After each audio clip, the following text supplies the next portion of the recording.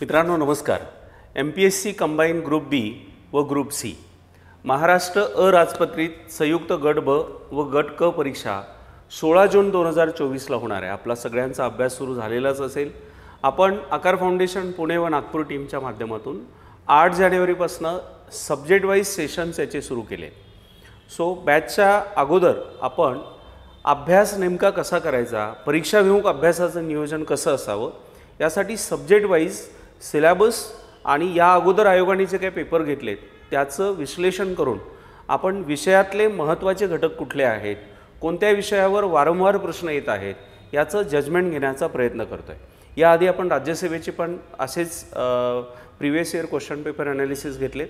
आता आपण combine group बी आणि ग्रुप सीचे असे 5 पेपर घेतो आहे. मित्रांनो नियमितपणे आकार फाउंडेशनच्या यूट्यूब चॅनलला आपण हे सत्र टाकत आहोत. आपण निश्चित कमेंटमध्ये आपल्याला त्याबद्दल तुमची जी काही मतं आहेत, तुम्हाला ते हेल्पफुल ठरत आहेत किंवा त्यात आणखी काही सुधारणा असतील त्या नक्की आम्हाला कळवा. आपली जी रेग्युलर बॅच आहे प्री कंबाईन ग्रुप बी आणि ग्रुप सीची इंटिग्रेटेड किंवा प्री फोकस ही 22 जानेवारीपासून सुरू होणार आहे. तोपर्यंत हे सेशन सब्जेक्ट वाईज सुरू राहतील. सो आत्ता आपण 2020चा याआधी आपण 23, 22, 21चा पेपर घेतला आहे. आता आपण गट ब 2020चा पेपर बघतोय.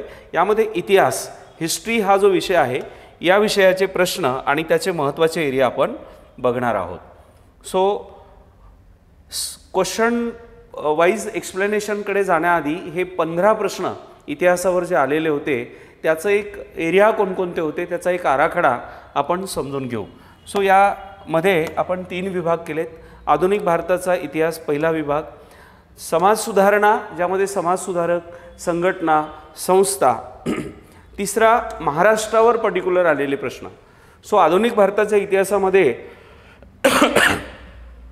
मोर्ले मिंटो यावर प्रश्न आला आहे. 1909ला आपल्याला माहिती आहे मोर्ले मिंटो सुधारणा कायदा झालेला होता, या संदर्भाने असलेला प्रश्न आहे. डलहौसीच्या संदर्भामध्ये विकासाच्या संदर्भात असलेला प्रश्न आहे. कामगार संघटनेच्या माध्यमातून भारतीय कामगार ही भारतातली पहिली कामगार संघटना, जसं मुंबई गिरणी कामगारांसाठी काम केलेलं नारायण मेघाजी लोखंडे आपल्याला माहिती आहे. पण यामध्ये एक ट्रिकी प्रश्न आहे की जे कामगार संघटना 1875ची विचारली आहे. ओके, सो त्यावर प्रश्न आहे. रेल्वे मंडळ जे आधुनिक भारताच्या विकासामध्ये जे मुख्य आधार आहे त्यामध्ये रेल्वेवर रिपीट झालेला आहे प्रश्न परत. ओके, ॲनी बेझंट जे आयरिश विदुषी आहे त्यांच्यावर प्रश्न आला. जे मुस्लिम बांधवांचं वहाबी आंदोलन झालं होतं आणि त्याचा पडसाद उत्तर भारतात विशेषतः पटना आणि या परिसरात पडला होता त्यावर प्रश्न आहे. 1920ला सुरू झालेलं असहकार आंदोलन महात्मा गांधीजींच्या नेतृत्वात जे पुढे चौरी चौराची घटना घडली आणि बंद झालं त्यावर प्रश्न आहे. असे टोटल आधुनिक भारताच्या इतिहासावर 7 प्रश्न आले. ठीक आहे. त्यानंतर समाज सुधारणांमध्ये न्यायमूर्ती रानडे प्रत्येक परिषद यांच्यावर प्रश्न, प्रार्थना समाज असेल किंवा इतर इकॉनॉमिक्समध्ये त्यांचं कार्य असतील. फिरोजशाह मेहता मुंबईची जडणघडण असेल, इंडियन नॅशनल काँग्रेसच्या मध्ये त्यांचा सहभाग असेल. प्रार्थना समाज यावर प्रश्न आहे. मुलींसाठी भारतातली पहिली शाळा जी भारतीय भाषेतली होती त्यावर प्रश्न आहे. महात्मा ज्योतिबा फुले यांच्यावर प्रश्न आहे. आणि समाजसुधारक आणि वृत्तपत्र याच्या जोड्या यावर असे 6 प्रश्न यावर आहेत. त्यानंतर महाराष्ट्र विशेषतः 1875चं शेतकरी उठाव जो पुणे जिल्ह्यामध्ये सुपे आणि या भागात, त्यानंतर तिकडे सांगली, रत्नागिरी, कोकण भागातही झाला होता. आणि 1857चा उठाव यावर 2 प्रश्न आहे.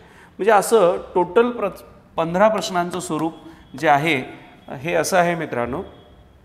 यामध्ये आधुनिक भारताच्या इतिहासामध्ये 1857चा उठाव, व्हॉइसरॉयनी घेतलेले काही महत्त्वाचे निर्णय, 1885ची राष्ट्रीय सभेची स्थापना, मवाळ कालखंडातील महत्त्वाचे नेते दादाभाई असतील, गोपालकृष्ण गोखले असतील, दीनशा वाच्छा असतील, उमेशचंद्र बॅनर्जी असतील, जहालमतवादीचा जो कालखंड आहे त्यामध्ये घडलेल्या घटना, महत्त्वाचे अधिवेशन, गांधीयन इरा आणि पुढे घटनात्मक ज्या प्रक्रिया आहेत त्याच्यामध्ये राजाजी योजना, त्रिमंत्री योजना, सिमला परिषद यावर रिपीटेडली प्रश्न येत आहेत. राज्यसेवा बघा की कंबाईन बघा. समाज सुधारकांमध्ये तुम्ही महत्त्वाच्या ज्या काही ऑर्गनायझेशन आहे त्यामध्ये प्रार्थना समाज, सत्यशोधक समाज, यामध्ये आत्माराम पांडुरंग तरखडकर, राजर्षी शाहू महाराज, महात्मा ज्योतिबा फुले, डॉक्टर बाबासाहेब आंबेडकर, न्यायमूर्ती रानडे ही काही ज्यांच्यावर रिपीटेडली प्रश्न येत आहे, परंतु प्रश्नांचं स्वरूप बदललेलं आहे आणि म्हणून या बदलत्या स्वरूपाकडे अर्थात बदलत्या परीक्षेच्या स्वरूपाकडे पॅटर्नकडेच आपल्याला बघायचं आहे आणि त्यासाठी मला असं वाटतं की हे जे काही ॲनालिसिस आहे हे निश्चित आपल्याला उपयुक्त ठरेल. हा 2020चा पेपर आहे मित्रांनो, जो 4 सप्टेंबर 2021ला झाला होता. त्याचं आपण प्रत्येक प्रश्नाचे एरिया समजून घेऊ आणि प्रश्न कसे आले ते समजून घेण्याचा प्रयत्न करू.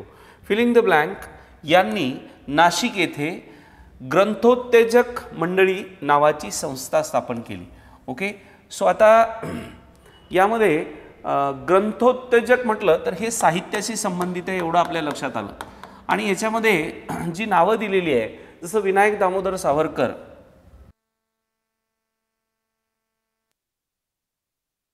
साहित्य घ्या, 1857चं स्वातंत्र्य समर घ्या, माझी जन्मठेप घ्या. विनायक दामोदर सावरकर यांचा परिचयच मुळात आपल्याला साहित्य कवी असा झालेला आहे. देशभक्तीवर असलेल्या काव्यरचना, ने मजसी ने परत मातृभूमीला, सागरा प्राण तळमळला, त्यानंतर अशा अनेक काव्यरचना विनायक दामोदर सावरकर यांच्या आहे. विष्णुवावर शिरवाडकर म्हटलं तर मग साहित्य रत्न म्हणूनच आपण यांच्याकडे पाहतो. न्यायमूर्ती रानडे यांचंही साहित्यामध्ये योगदान आहे. अनंत लक्ष्मण कान्हेरे यांचं पण काही प्रमाणात साहित्याशी संबंध आहे. मुख्यतः अनंत कान्हेरेंचा संबंध हा क्रांतिकार्याशी पण आहे. पण आता प्रश्न आहे ग्रंथोत्तेजक मंडळी म्हणजे ग्रंथाच्या संदर्भातला हा प्रश्न आहे. ओके, सो आणि नाशिक म्हटलंय तर नाशिकचा संबंध नाशिक नाफेड जिथे न्यायमूर्ती रानडेंचा जन्म झालेला आहे. सो न्यायमूर्ती रानडे हे याचं उत्तर आहे. परंतु आता फक्त न्यायमूर्ती रानडेंनीच ग्रंथोत्तेजक मंडळीची स्थापना केलेली नाही.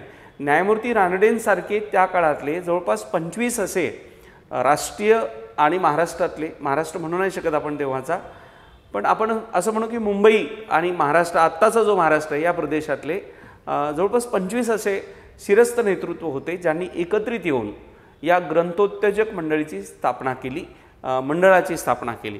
ओके, सो यामध्ये लोकमान्य टिळक होते, यामध्ये न्यायमूर्ती रानडे होते, यानंतर डॉक्टर भांडारकर सुद्धा होते. मराठी भाषा आणि मराठी साहित्य याची जतन करणं, याच्यामध्ये अनेक विश्वकोश आहेत, त्यानंतर पेशवेकालीन बखरी आहेत, पेशवेकालीन कागदपत्रे आहेत, न्यायमूर्ती रानडे यांचे काही साहित्य आहेत, पत्र आहेत, शब्दकोश आहेत, शोधनिबंध आहेत 30 जवळपास, आणि जुनी 100 वर्षे जुनी अनेक हस्तलिखितं ही अत्यंत अमूल्य ठेवा आहे. कारण इतिहासामध्ये इतिहास म्हणजे काय तर जुन्या ज्या घटना आहेत, ज्या साहित्य बखरी लेख वेगवेगळे, यातूनच आपल्याला तेव्हाचा इतिहास काय होता, नाणी असेल, यातूनच आपला त्याचा आज आपण जो इतिहास अभ्यासतो त्यासाठी हे अत्यंत महत्त्वाचं आहे. जसं आपल्या महाराष्ट्रामध्ये मराठा जो आपलं स्वराज्य ज्यांनी निर्माण केलं छत्रपती शिवाजी महाराज, पुढच्या काळामध्ये मराठा साम्राज्य उभं राहिलं, परंतु तो इतिहास लिहून ठेवला गेला नाही. लिहूनही ठेवला असेल तरी त्याचं जतन झालं नसावं, कदाचित ब्रिटिशांच्या काळात किंवा ह्या युद्धमोहिमा होत होत्या त्यामुळं ते पुढं आलं नसावं. आणि म्हणून आत्ता आपण पाहतो की छत्रपती शिवाजी महाराजांचा इतिहास असेल किंवा मराठा कालखंडातला इतिहास असेल, यावर फारसे प्रश्न जात नाहीत.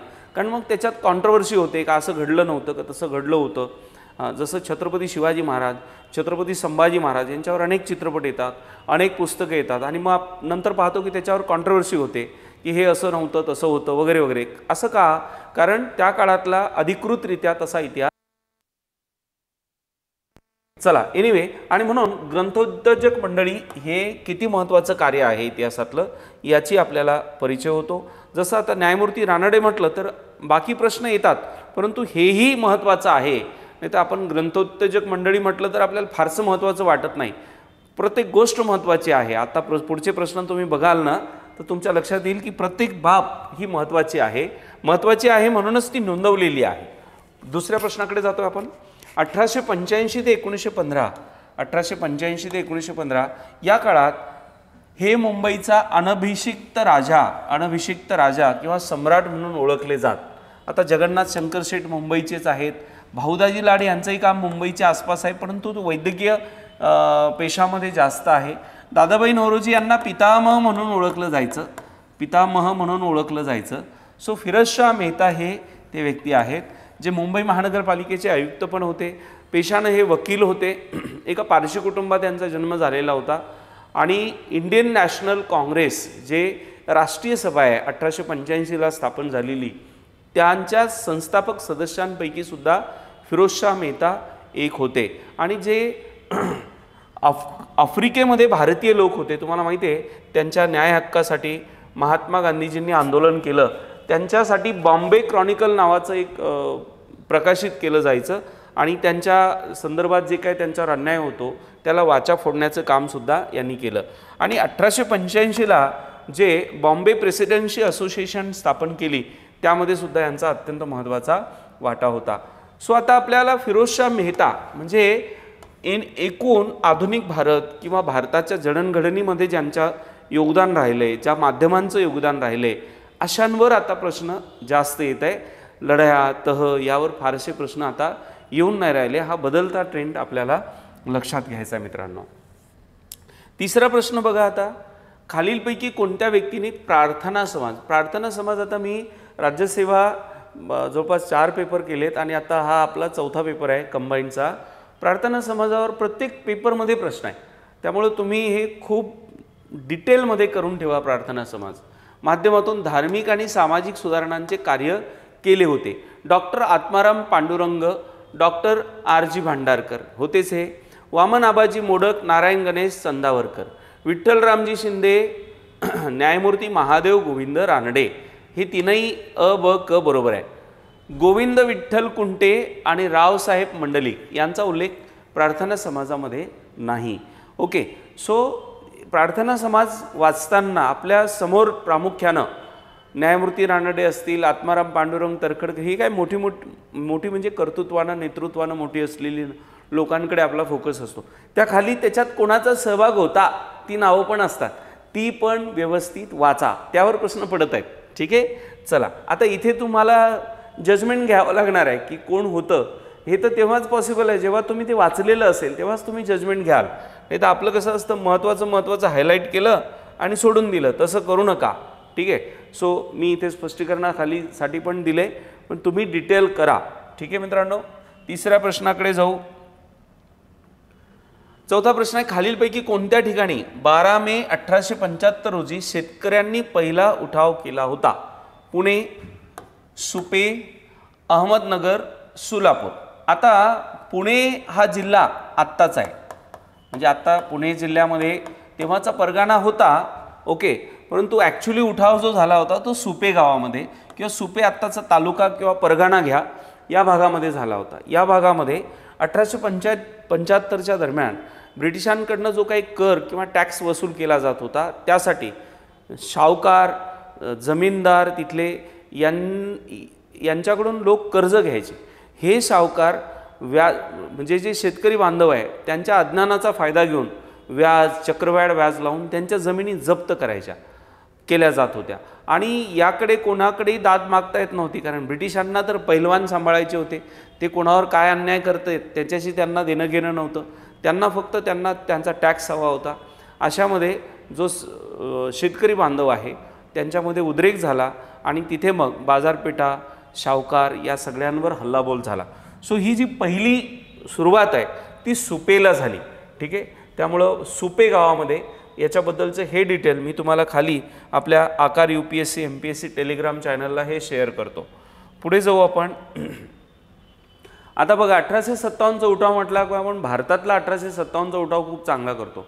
झाशीची राणी, मग नानासाहेब पेशवे, दुसरे नानासाहेब म्हणजे जे उठावामध्ये होते त्यांचा सेनापती तात्या टोपे, मग बहादूरशाह सेकंड आणि त्याचा सेनापती बख्त खान, मग बिहारचा जो काही बादशाह होता किंवा जहागीरदार होता कुंवरसिंह.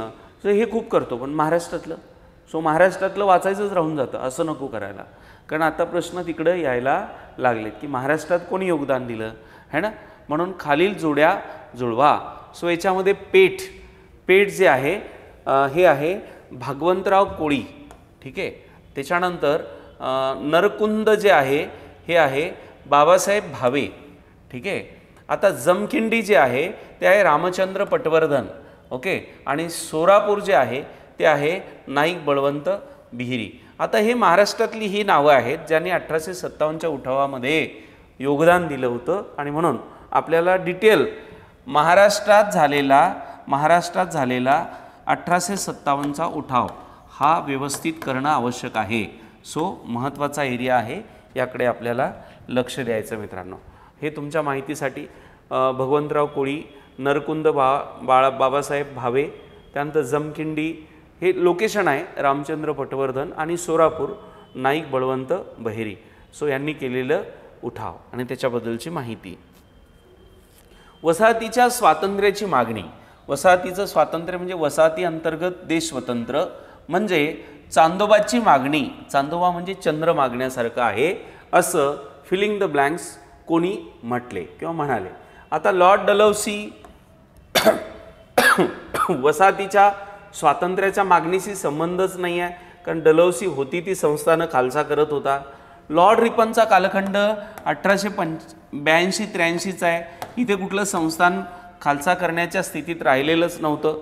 ओके, किंवा रिपनकडे अशी मागणी झाल्याचा काही संदर्भ नाही, किंवा रिपनने अशा पद्धतीचा काही कायदा केला नाही की त्याच्याकडे वसाहतीच्या स्वातंत्र्याची 82-85 पर्यंत मागण्यासारखी आपली स्थितीच नव्हती, कारण मागणी मागण्याला आपल्याकडे संघटनच नव्हतं. पण 57चा उठाव झाल्यानंतर 85ला आपलं राष्ट्रीय सभेची स्थापना झाली. डलहौसीचा कालखंड 1848 ते 1856 आहे. या काळात वसाहतीच्या स्वातंत्र्याची मागणी कोणीही केली नाही. ओके, विल्यम जोन्स नाही आहे, लॉर्ड मोर्ले आहे. लॉर्ड मोर्ले 1909चा मोर्ले मिंटो सुधारणा कायदा आहे मित्रांनो. आणि या कायद्याच्या वेळेला ही मागणी झालेली होती की भारताला वसाहतीचं स्वातंत्र्य किंवा स्वराज्य देण्यात यावं. हा तो टेन्युअर आहे 1905 ते 1920चा की ज्या टेन्युअरमध्ये जहाल विचारांचा जो प्रभाव आहे तो इंडियन नॅशनल काँग्रेसमध्ये होता, ज्यामध्ये लाला लजपतराय, बिपिन चंद्रपाल आणि बाळ गंगाधर टिळक, ज्याला लालबाल पाल असं म्हणतो आपण, यांच्याकडनं स्वराज्य याची मागणी धरण्यात आली होती. आणि त्यावेळेला जे काय 1905ची बंगालची फाळणी यांनी डिवाइड अँड रूलसाठी केली होती, हिंदू मुस्लिम फुटीसाठी, या फाळणीमुळं चतुसूत्री पुढे आली होती: स्वराज्य, राष्ट्रीय शिक्षण, स्वदेशी आणि बहिष्कार. ओके, सो यातलं स्वराज्य हे मागणं याबद्दल मिंटो असं म्हणतो की चांदोबाला म्हणजे चांदोबा मागण्यासारखं आहे की जे देता येणार नाही, कारण 1909ला अशी आपली भक्कम परिस्थिती नव्हती किंवा जागतिक लेवलवरही ब्रिटिशांवर असं काही आक्रमण होईल अशी स्थिती नव्हती की ब्रिटिश इथलं साम्राज्य सोडून देतील. तो काळच असा होता की ज्या भागातून जमीन ज्याच्या हातात असेल, कृषी कर त्याला जास्त मिळेल, आणि म्हणून कोणी हाती आलेलं साम्राज्य सोडत नाही. आपण पाहतो सरपंच पद पाहिजे असेल तर लोक सदस्य इकडं तिकडं पळून नेतात. महाराष्ट्रात 2019 पासनं तर ऊन सावलीचा खेळच सुरू आहे राज्याचा. कोणी गुवाहाटीला जात आहे, कोणी आसामला जात आहे.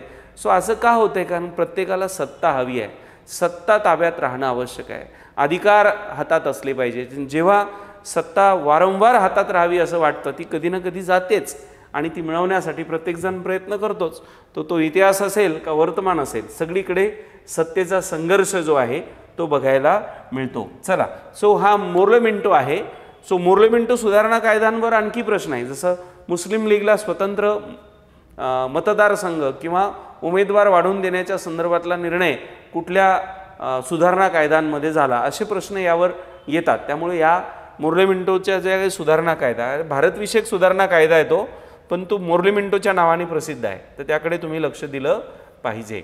चला पुढच्या प्रश्नाकडे जाऊ आपण. हे मोर्ले मिंटो याच्याबद्दल, हा आयर्लंडचा मुख्य सचिव होता, राज्य सचिव होता 1905 ते 1910. ओके, आणि कौन्सिलचा अध्यक्ष होता 1910 ते 14. ओके, आणि याचा जो 1909चा कायदा आहे सुधारणांशी संबंधित, तो मोर्ले मिंटो सुधारणांशी संबंधित आहे, आणि हे त्याचं स्टेटमेंट आहे. ठीक आहे, चला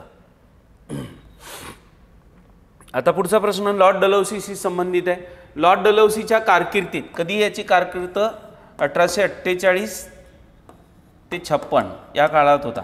आता तुम्ही म्हणाल हे इसवी सन कसे ध्यानात ठेवायचे? तुम्ही घटना ध्यानात ठेवा, बरोबर इसवी सन ध्यानात राहतात. ठीक आहे, पहिली टेलिग्राम लाईन कुठे टाकली? आता याच्या काळामध्ये म्हणजे डलहौसीला आपल्याला संस्थानाचं खालसाकरण केल्यामुळं आपल्याला तो दुश्मन असल्यासारखा वाटतो, परंतु त्याच्या जागी दुसरा कोणी असता तरी जवळपास संस्थानं ताब्यात आलेली होती. साम्राज्यवादी विचारांचा होता, एक म्हणजे राजवंशी असलेला हा व्यक्ती होता. त्यामुळे एकछत्री संपूर्ण भारत हिंदुस्थान ताब्यात आणणं हे स्वप्न घेऊनच तो हिंदुस्थानामध्ये आला होता. सो यांनी ज्या काही इनिशिएटिव्स घेतल्यात टपाल खातं, तार खातं, बांधकाम खातं, रेल्वे लाईन, हे पुढच्या विकसित भारताचं पायाभरणी होती, फाउंडेशन होतं. ओके. आणि म्हणून ही पहिली तार लाईन जी आहे ही कलकत्ता ते आग्रा सॉरी ही टाकण्यात आली होती. आता कलकत्ता का? कारण कलकत्ता बऱ्यापैकी डेव्हलप झालं होतं, बंगाल प्रांत. ठीक आहे. कोलकाता जो फोर्ट होता ना, इथे ब्रिटिश यांची सगळ्यात पहिली म्हणजे मुख्य सत्ता होती. गव्हर्नर जनरल तिथे बसायचा, व्हॉइसरॉय तिथे बसायचा. ठीक आहे. त्यामुळे तिथून प्रशासकीय कामं जास्त चालायची. त्यामुळं कोलकाता ते आग्रा अशी ही टाकण्यात आली होती 4 नंबरचं. ठीक आहे. आता लॉर्ड डलहौसीचा टेन्युअर, त्यांनी केलेली कामं हे तुमच्यासाठी महत्त्वाची. कोणती? मग आपण डलहौसीच्या कालखंडात जास्त काय वाचतो? त्याचं खालसा धोरण, दत्तक वारसा नामंजूर, प्रशासनातली अनागुत्ती, तनाती फौजेची फौज. मग कोणतं संस्थान खालसा केलं त्याच्यासोबत त्यांनी जे काही इनिशिएटिव्ह घेतलेत ते पण अभ्यासायचे. हा बदल जो होतोय तो आपल्याला लक्षात घ्यायचा आहे. पुढच्या प्रश्नाकडे जातोय आपण.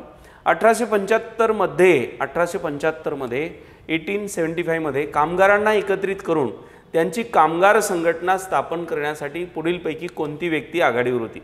आता पहिलंच नाव नारायण मेघाजी लोखंडे टाकले. कामगार संघटना म्हटलं की आपण सॉरी नारायण मेघाजी लोखंडे हे नाव आपल्या पुढे लक्षामध्ये येतं. परंतु नारायण मेघाजी लोखंडे यांनी मुंबईमध्ये ते काम केलं आणि ते 1880 आणि त्यानंतरचं आहे. हे 1875चं आहे, ज्याचं उत्तर आहे सोराबजी शापूरजी, म्हणजे 4 नंबरचा ऑप्शन हे बरोबर आहे. सो नारायण मेघाजी लोखंडेंची जी ऑर्गनायझेशन आहे किंवा संघटना आहे, कामगार संघटना, ही कामगार संघटना 1880ची आहे. ओके. हे त्या अगोदरचं संघटन आहे आणि यासाठी कामगारांच्या सुरक्षिततेसाठी कायदा व्हावा यासाठी पण यांनी प्रयत्न केला आहे. सो 1875 मध्ये कामगारांना एकत्रित करून त्यांची संघटना स्थापित करण्यात आली होती. कोणी केली ती? सोराबजी शापूरजी यांनी ती केली होती. ओके. हां, चला आता हे खाली देऊन ठेवलं तुम्हाला. 1880 मध्ये बॉम्बे मिल हँड असोसिएशनची स्थापना नारायण मेघाजी लोखंडेंनी केली. सो असा प्रश्न येतो मग, मुंबईत गिरणी कामगारांसाठी कामगार संघटना कोणी स्थापन केली? हा फरक इथे लक्षात घ्यायचा आहे. हे प्रश्न दिसायला जेवढे सोपे आहेत तेवढे हे ट्रिकी आहेत. हिच्यामध्ये कुठे स्टेरिंग टाकलंय ते कीवर्ड्स तुम्हाला लक्षात घ्यायचे आहेत. हे कीवर्ड्स आहे काय? 1875 साल हे कीवर्ड आहे. एकत्रित करून त्यांची कामगार संघटना पुढीलपैकी कोणत्या व्यक्तीने टाकली? 75 ती 80ची आहे. ठीक आहे. हे लक्षात घ्यायचं आहे. ठीक आहे. सो यांच्याबद्दलची माहिती. पुढचा प्रश्न बघू. मुंबई सरकारने खालीलपैकी कोणाच्या अध्यक्षतेखाली रेल्वे मंडळाची स्थापना केली? आता 1905ला जे रेल्वे मंडळ स्थापन करण्यात आलं होतं ना, त्या रेल्वे मंडळाचे सर्व डिटेल ज्यांनी केले त्याला हा प्रश्न 1 लाईन क्वेश्चन आहे. एका मिनिटात सुटेल तो. आता 1905चं आहे ना ते, तर लेफ्टनंट हे बघा, लॉर्ड डलहौसी असणं शक्य नाही त्यावेळेला, नेल्सन असणं शक्य नाही. सो लेफ्टनंट प्रेस्कॉट हे त्यांचं नाव आहे, ज्यांच्या अध्यक्षतेमध्ये हे काम करण्यात आलं होतं. आता हे तुम्ही वाचलेलंच असलं पाहिजे. इथे जजमेंट कामी येत नाही. हे 1 लाईन क्वेश्चन आहे. वाचलेलं असेल तरच याचं उत्तर येणार, नाही तर येणार नाही. ठीक आहे. इथं काही जजमेंट कामी येणार नाही. रॉबर्टसन कमिशनने केलेल्या शिफारशीनुसार हे स्थापन करण्यात आली होती. लेफ्टनंट प्रेस्कॉट हा ब्रिटिश अधिकारी होता आणि याच्यात अध्यक्षतेमध्ये मुंबई सरकारने रेल्वे मंडळाची स्थापना कधी? 1905ला केलेली होती. ठीक आहे. चला पुढच्या प्रश्नाकडे जाऊ.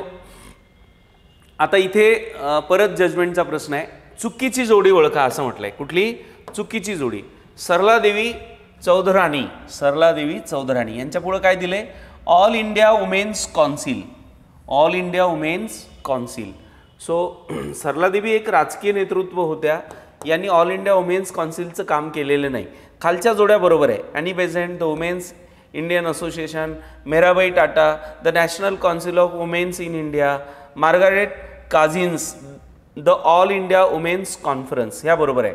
सो सरलादेवी हे जे उत्तर आहे हे म्हणजे पहिला जो ऑप्शन आहे हा चूक आहे. ठीक आहे. सो हे इथे लक्षात घ्यायचं आहे. सो हे जजमेंटनी पण सोडवता आलं असतं तुम्हाला, अर्थात खालचं तुम्ही वाचलेलं राहिलेलं असलं. या भारतातील पहिला महिला संघटना त्यांनी स्थापन केली होती, अलाहाबादमधील भारतीय. ओके. लेखिका, गायिका तसेच राजकीय कार्यकर्त्या म्हणून त्या सुपरिचित होत्या. कोण? सरला देवी, ठीक आहे. आणि बाकी मग जे काय आहेत ते खालचे जे 3 ऑप्शन होते ते बरोबर आहेत, ठीक आहे. आता पुढच्या प्रश्नाकडे जाऊ आपण. वर्ष 1820 मध्ये कोणत्या संस्थेने बंगाली मुलींची शाळा कलकत्ता येथे सुरू केली? लक्षात घ्या, आता 1820 म्हटलंय हा, म्हणजे भारतामध्ये मुली ज्योतिबा फुलेंनी मुलींसाठी ती 1851ला आहे. महात्मा फुलेंनी सुरू केलेली पहिली शाळा 1848ला आहे, ठीक आहे. हे सगळे वेगवेगळे प्रश्न आहेत, त्याचे वेगवेगळी उत्तरं आहेत. सो ही 1820ला आहे. कुठे? कलकत्ता येथे. बंगाली मुलींची म्हणजे मातृभाषेमधलं शिक्षण देणारी, ओके, कलकत्ता येथे सुरू केली, बंगाल प्रांतामध्ये. सो याचं उत्तर हे पण तुम्ही वाचलेलं असेल तरच याचं उत्तर देता येईल, ठीक आहे. म्हणून एज्युकेशन, शैक्षणिक सुधारणांचे जे काही टॉपिक असतात ते आपण दुर्लक्षित करतो, तिथून प्रश्न येतात, त्यामुळे ते लक्षात घ्या आणि ते वाचा. कलकत्ता वुमेन्स जुवेनाईल सोसायटी हे याचं उत्तर आहे, ओके. सो हे झालं याचं उत्तर. 1820 मध्ये मुलींसाठी पहिली शाळा सुरू झालेली होती ही, ओके, कलकत्ता फिमेल जुवेनाईल सोसायटीद्वारे, ठीक आहे. बंगालीमध्ये वाचन लेखन व इतर जे काही काम आहे हे शिकवण्याचं काम इथे केले.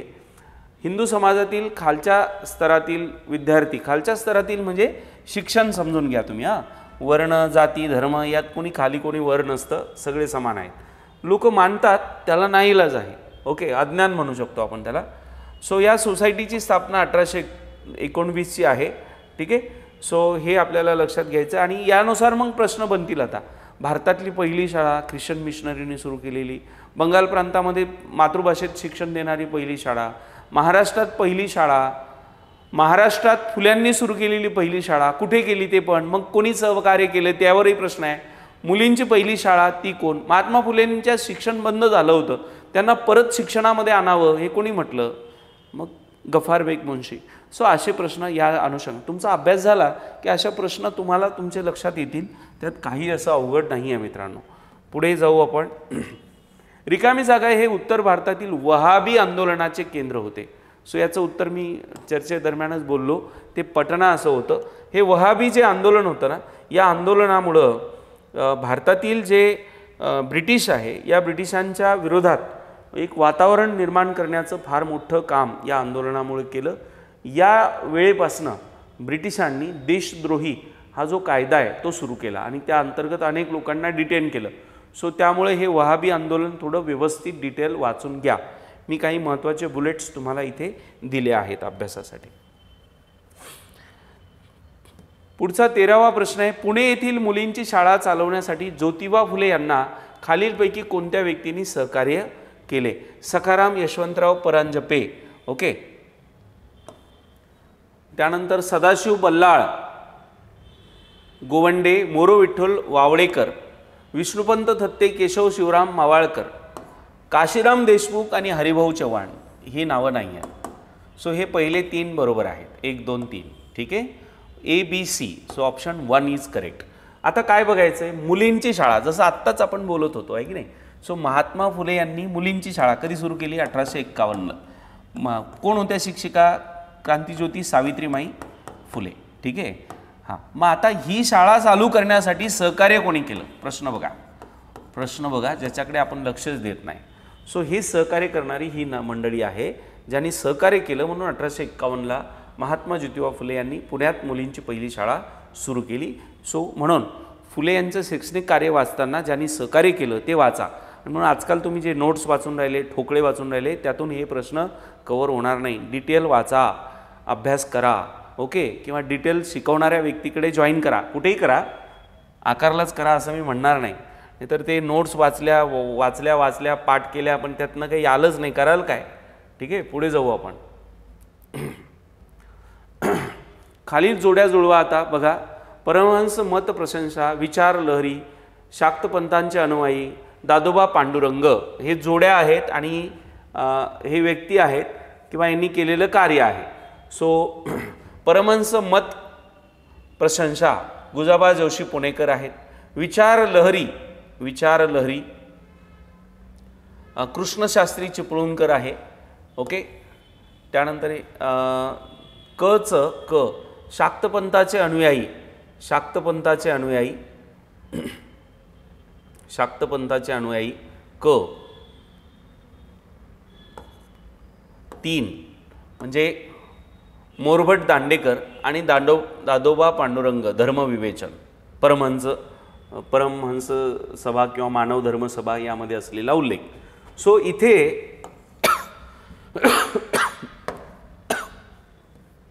हां स्पष्टीकरणामध्ये परमहंस मत प्रशंसाचे संस्थापक होते कृष्णोबा चिपळूणकर, विचारलहरी वृत्तपत्राची स्थापना.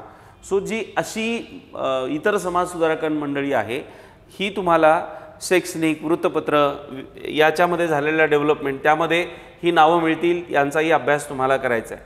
दादोबा पांडुरंग, ठीक आहे, धर्मविवेचन परमहंस सभेमध्ये केलेलं वर्णन, ठीक आहे. हा झाला एक थोडासा हा क्रिटिकल क्वेश्चन होता, सहज लक्षात येईल असा प्रश्न नव्हता, ठीक आहे. चला पुढचा प्रश्न आहे. ज्या दिवशी पहिल्या प्रश्नाला कन्क्लूड करायचं राहून गेलं. पहिला प्रश्न असा प्रश्न आहे की समाजसुधारक आणि त्यांनी केलेलं कार्य, कुठे ते प्रकाशक आहेत, कुठे त्यांनी धर्मविवेचन केले. सो प्रत्येक शब्द वाचताना महत्त्वाच्या ज्या बाबी आहेत त्या विशेषत्वानं लक्षात घ्या, ठीक आहे. त्यातून असे प्रश्न सोडवता येईल. ज्या दिवशी लोकमान्य टिळकांचे निधन झाले त्याच दिवशी गांधीजींच्या चळवळीचे उद्घाटन झाले. आता तुम्हाला माहिती आहे 1920ला लोकमान्य टिळक यांचं निधन झालं, महापरिनिर्वाण झालं. आता या दरम्यान सविनय कायदेभंग कधीचा आहे? 1930चा आहे. दारूविरोधी काय आंदोलन वगैरे असेल याच्याबद्दल काही फार मोठं आंदोलन किंवा अशी नोंद नाही, त्यामुळे याचं फार तुम्ही काही विचारात घेण्याची गरज नाही. भारत छोडो कधीचं आहे मित्रांनो? 1942चं. सो उरलं काय? असहकार. असहकार 1920चं आहे. तुम्हाला माहिती आहे असहकार आंदोलन महात्मा गांधीजींनी सुरू केलेलं होतं. पुढे 5 फेब्रुवारी 1922ला चौरी चौरा इथे हिंसक घटना घडते आणि त्या व्यथित होऊन, कारण गांधीजींना माहिती असतं की जर आपण व्हायलंट झालो तर ब्रिटिशांसाठी ते सोयीचं आहे, ते शस्त्र सामर्थ्य याचा वापर करून हे आंदोलन चिरडून टाकतील. पण कुठल्याही परिस्थितीमध्ये आंदोलन हे हिंसक होता कामा नये, ही गांधीजींची भूमिका होती. 22ला त्यांनी तो निर्णय घेतला. चौरी चौराची घटना घडली, पोलीस ठाण्याला आग लावली होती क्रांतिकारकांनी, जे काही आंदोलक होते असहकार आंदोलक त्यांनी, कारण ब्रिटिश पोलिसांनी पण लाठीचार्ज केला होता मोर्चेकऱ्यांवर. सो जो काही मोर्चेकरी होते ते आटोक्याच्या बाहेर गेले आणि त्यांनी शेवटी ती घटना घडली. सो गांधीजींनी त्याची जबाबदारी घेतली. पुढे गांधीजींना डिटेन केलं गेलं, ते जेलमध्ये गेले आणि त्यातून मग 1923चा स्वराज्य पक्ष निर्माण झाला. CR दास, मोतीलाल नेहरू. पुढे तो 25ला परत राष्ट्रीय सभेत विलीनसुद्धा झाला. सो इथे तुम्हाला हे उत्तर, समजा ही इतिहासाची माहिती जरी नसली तरी बाकीच्या घटना कधीच्या आहेत हे जजमेंट घेऊन तुम्ही हे उत्तर सोडवू शकता मित्रांनो, ठीक आहे. सो अशा पद्धतीने असहकार आंदोलनात टिळकांचं निधन, म्हणजे आता अख्खं असहकार आंदोलन केलं आहे पण लोकमान्य टिळकांचं निधन कधी झालं तेच माहिती नाही, म्हणून प्रत्येक घटना एकमेकांना रिलेट करतात. या असहकार आंदोलनात टिळक निधी फंड म्हणून जमा करण्याचा फक्त उच्चार गांधीजींनी केला होता. तर 1920ला 1 कोटी रुपये जमा झाले होते. 1 कोटी, विचार करा. सो एवढं नाव लोकमान्य टिळकांचं होतं. आता तर सगळे सोशल मीडिया आणि काय काय सगळी माध्यमं आहे. लोकमान्य टिळकांची सभा म्हटलं तर लाखो लोक त्यांच्या सभेला जमा व्हायचे, फक्त माहिती जरी झाली तरी. म्हणजे एक मुलूक मैदानी तोफ म्हणून लोकमान्य टिळकांकडे बघितलं जायचं. परंतु त्यांच्या ज्या स्ट्रॅटेजीज होत्या त्या म्हणा किंवा राष्ट्रीय सभा ज्या पद्धतीनं संघटन लोकचळवळ व्हायला हवी होती ती होऊ शकली नाही, कारण ब्रिटिशांनी मॅक्झिमम काळ त्यांना जेलमध्ये ठेवलं. ओके, चला. सो ही चौरी चौराची घटना घडली आणि असहकार आंदोलन मागे घेतलं. सो तुम्हाला घटना इंटर रिलेट पण करता आल्या पाहिजे मित्रांनो, म्हणजे ही उत्तरं तुम्हाला सोडवता येईल. सो महाराष्ट्र अराजपत्रित सेवेची संयुक्त पूर्वपरीक्षेसाठी किंवा प्री आणि मेनसाठी आपली ही इंटिग्रेटेड बॅच 22 जानेवारीपासून 8 जानेवारीपासून आपण डेमो चालू केले होते. सब्जेक्ट वाईज आपण आधी PYQ घेतो आहे, त्यानंतर सब्जेक्ट वाईज सेशन चालू होत आहे. तुम्हाला प्री फोकस पण लावता येईल, इंटिग्रेटेड बॅच पण लावता येईल, किंवा एखाद्याला जॉग्रफी विषय लावायचा आहे. आता सध्या आपले 4 विषयाचे डेमो तुम्हाला, हिस्ट्री माझ्याकडे आहे, ठीक आहे, राम वाघ. हे डेमो तुम्हाला यूट्यूबला आपल्या बघायला मिळेल. पॉलिटीचं जयश्री मोहिते मॅडमचं सुरू झालेलं आहे, हे पण डेमो बघायला मिळेल. जॉग्रफी जे आहे जॉग्रफीचं वैभवी गावंडे मॅडम यांचं तुम्हाला बघायला मिळेल. सायन्स हे सुरू झालं आहे खेमराज चामोर्शीकर सरांचं. सो हे 4 झालेत. यानंतर बाकीचे 4 विषय जे आहेत ते सुरू होतील. ठीक आहे मित्रांनो. सो तुम्ही इंटिग्रेटेड बॅच पण लावू शकता. तुम्हाला एक सब्जेक्ट लावायचा आहे ती पण लावता येईल. राज्यसेवेची पण अशी प्री फोकस आणि इंटिग्रेटेड बॅच आहे. राज्यसेवेची टेस्ट सिरीज आपली सुरू झालेली आहे 7 जानेवारीपासून. आता उद्या दुसरा पेपर असेल. PSI STI ASOची पण तुम्ही इंटिग्रेटेड किंवा प्री फोकस किंवा सब्जेक्ट वाईज बॅच लावू शकता. PSI STIचा अभ्यास झाला आहे तुमचा, काही गरज नाही बॅच लावायची. ओके, टेस्ट सिरीज आहे, ती टेस्ट सिरीज तुम्ही जॉईन करा जेणेकरून तुमचा अभ्यास कुठल्या घटकांचा अपूर्ण आहे त्याचं जजमेंट तुम्हाला येईल. इतर मागास बहुजन कल्याणमध्ये 2 पदं, सहाय्यक संचालक, संशोधन अधिकारी, प्रकल्प अधिकारी गट अ आणि इतर मागास बहुजन कल्याण गट ब हे पदं आलेली. त्याची ऑनलाईन बॅच आपली 15 तारखेपासून चालू होत आहे मित्रांनो. हे सब्जेक्ट वाईज अशा पद्धतीचं सेशन असेल. त्यात तुम्हाला टॉपिक वाईज अशी जसं इतिहास आहे, प्राचीन भारत, ॲन्शियंट इंडिया, मध्ययुगीन भारत, मिडिवल इंडिया, आधुनिक भारत, स्वातंत्र्योत्तर भारत, महाराष्ट्राचा इतिहास आणि समाज सुधारक असे सेक्शन इतिहासामध्ये राहतील. हे कॉन्टॅक्ट नंबर आहेत. तुम्हाला कुठल्याही पद्धतीची माहिती हवी असल्यास मेसेज आणि कॉल करून तुम्ही डायरेक्ट माहिती घेऊ शकता. वेबसाईटला पण माहिती टाकली आहे. आपल्या ॲपला पण आहे आकार फाउंडेशन, जे गुगल प्ले स्टोअरवरनं तुम्ही डाउनलोड करू शकता. आकार UPSC MPSC टेलिग्राम चॅनल आहे, ते तुम्ही जॉईन करून बाकीचे डिटेल्स घेऊ शकता. मित्रांनो, यूट्यूबला हे सेशन्स टाकले जात आहेत. आपण नवीन असाल आणि हे लेक्चर तुम्हाला आवडलं असेल तर आपलं आकार फाउंडेशनचं यूट्यूब चॅनल सबस्क्राईब करा. बेल आयकॉन आठवणीनं क्लिक करा मित्रांनो, जेणेकरून पुढचे जे लेक्चर आहे त्याचं नोटिफिकेशन तुम्हाला येईल. लेक्चर आवडल्यास आठवणीनं लाईक करा आणि तुमच्या मनात जे काय असेल, लेक्चर आवडलं नाही आवडलं, काय नाही आवडलं तेही टाका. So it will help us to improve our जे काही वर्क असेल त्यामध्ये आणखी सुधारणा करता येईल, आणखी काय चांगलं करता येईल ते तुम्ही सुचवू शकता. आणखी तुम्हाला काही एखादा टॉपिक अपेक्षित आहे की ज्यावर लेक्चर व्हावं तर ते सुद्धा तुम्ही कमेंटमध्ये टाकू शकता. आपण आमच्यासोबत जॉईन आहात हे आमच्यासाठी अत्यंत महत्त्वाची बाब आहे. आम्ही आपल्यासोबत जॉईन नाही आहोत, तुम्ही आमच्यासोबत जॉईन आहात.